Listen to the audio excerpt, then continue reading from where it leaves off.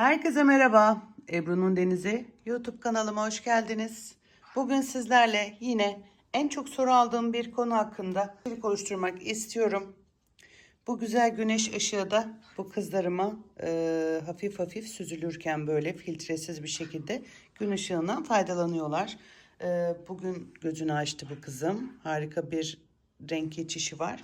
Şimdi arkadaşlar, öncelikle kanalıma abone değilseniz abone olup öncelikle beni bir takibe alın ki buna benzer videolarımdan pıt diye hemen anında haberdar olabilmeniz için son derece özgün ve güncel içerikler oluşturmaya çalışıyorum.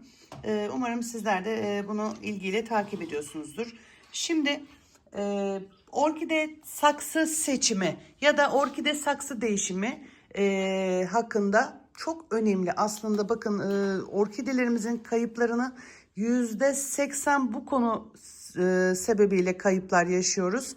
Şimdi bakın, size göstereceğim şu kızım mesela halen şeffaf kendi orijinal saksısında. Şimdi öyle fotoğraflar alıyorum ki şu an piyasada satışı sunulan Mika saksı adı altında şu tüm yapı marketlerin çoğunda satılıyor. Mika ve tıpkı kovaya benziyor.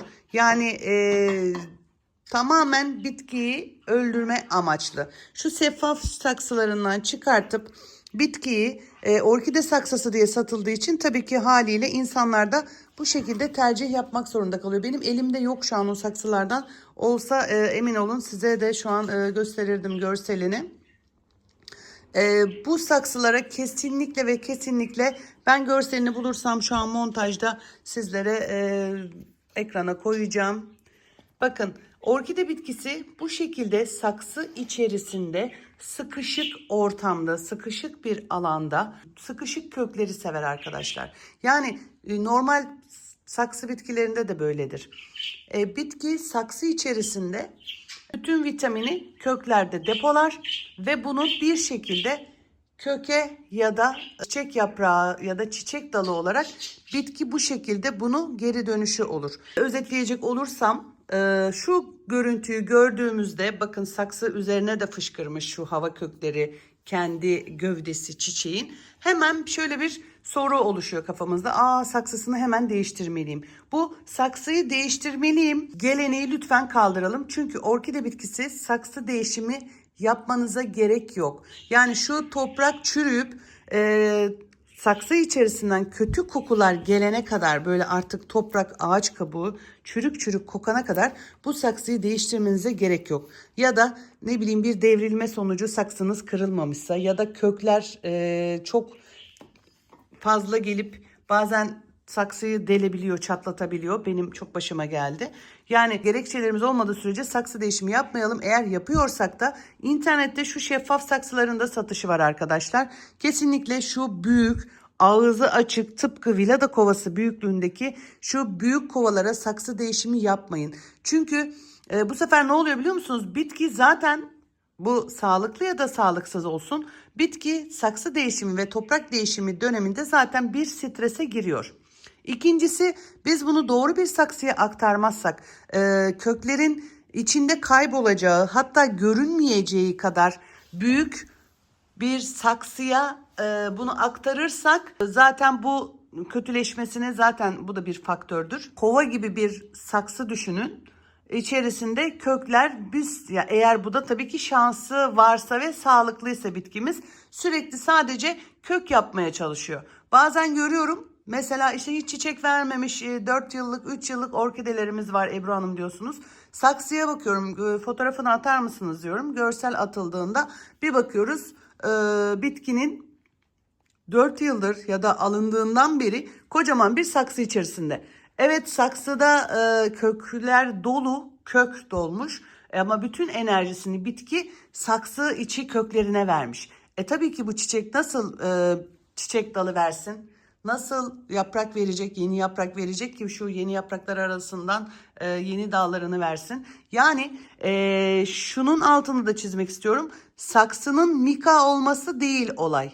Saksının ebat ve hacim olarak büyük saksı olması, yani hacminin büyük olması Ve dolayısıyla şimdi ben şu haldeki bir bitkimi mika saksıya, şu standart 1100 mililitre diye geçiyor sanırsam hacim aralığı da. Bu bitkimi o tür bir saksıya aldığımda bu sefer ne olacak? Bu kökler sadece toprak içinde durmadan saldıracak işte yaprak kök geliştirmeye. Sadece ve sadece kök çıkartacak. Kök çıkartacak. Yani bakın mantık çok, matematiği çok kolay, çok basit, anlayacağınız bir dilde anlatıyorum. Sıkışık köklerde olduğunda bitki tüm enerjisini, yani güneş ışığından aldığı, verdiğimiz besinlerden aldığı, tüm depoladığı faydalı besini tamamen ve tamamen çiçek açmaya harcıyor ve çiçek dalı vermeye ve hatta keyik vermeye harcıyor. Bakar mısınız şu an şu keyiklerini? Şu an üçünde de keyiki var bu gördüğünüz bitkilerin. Mecburi bir durum varsa ve bitkimizin saksı değişimi yapmak istiyor isek, mesela bakın ben şu bitkimde de saksı değişimi yaptım. Çünkü bu da çok benim eski bir bitkimdi ve saksı değişimi gerekliydi. Ben bunu 15 pot bir saksının içerisine aldım. Şeffaf olmasına rağmen bitkim benim şu an strese girdi. Strese bir girmiş orkide bitkisi nasıl olur? İşte böyle olur. Şekil A. Gördüğünüz üzere 15 pot bir saksıyı aldım. Bakın saksı boyunu buradan anlamaya çalışın. Şu sağdaki 15 pot, bu 12 pot bir saksı. Büyük bir boya aldım. Kökleri çok ve gelişimine bu saksı içerisinde devam etmesini istedim. Gelin görün ki bitkim strese girdi. Yani şu değişiklik bile bitkiyi bu hale getirip strese sokabiliyor arkadaşlar. Siz bunun mika saksıya çiçeğimizi ektiğimizde gibi bir de o zaman düşünün ne kadar olumsuz etkileneceğini. Kesinlikle ve kesinlikle görselini mutlaka koyacağım zaten sayfa kapak başlığına. Şu 1 milyon TL'cilerde satılan mika orkide saksısı diye satılan şu saksılara orkidelerinizi transfer etmeyin. Orkidelerinize bu saksılara ekim yapmayın.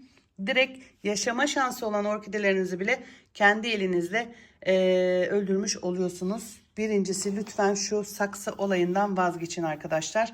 Eğer saksı ve toprak değişimini şu an şu bahar aylarında havalar ısınmaya başladığı dönemlerde yaparsak bitkinin strese girme olayını aza indirmiş olur.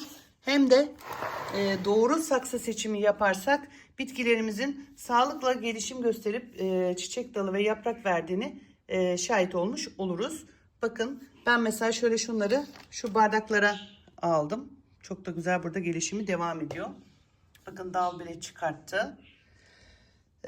Saksı seçimi çok önemli. Saksı değişimine zaten sık sık istediği bir durum değildir bitkimizin.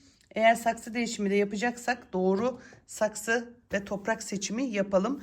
Bir sonraki videoda toprak seçimiyle ilgili de bazı önemli temel bilgilerden bahsetmek istiyorum. Yeni videolarımdan haberdar olmak için kanalıma abone olup bildirim zilini açarsanız tüm yeni bildirimlerden de haberiniz olacaktır. Hoşça kalın, sevgiyle kalın. Yorum ve beğeni yaparak bana destek olmayı lütfen unutmayınız.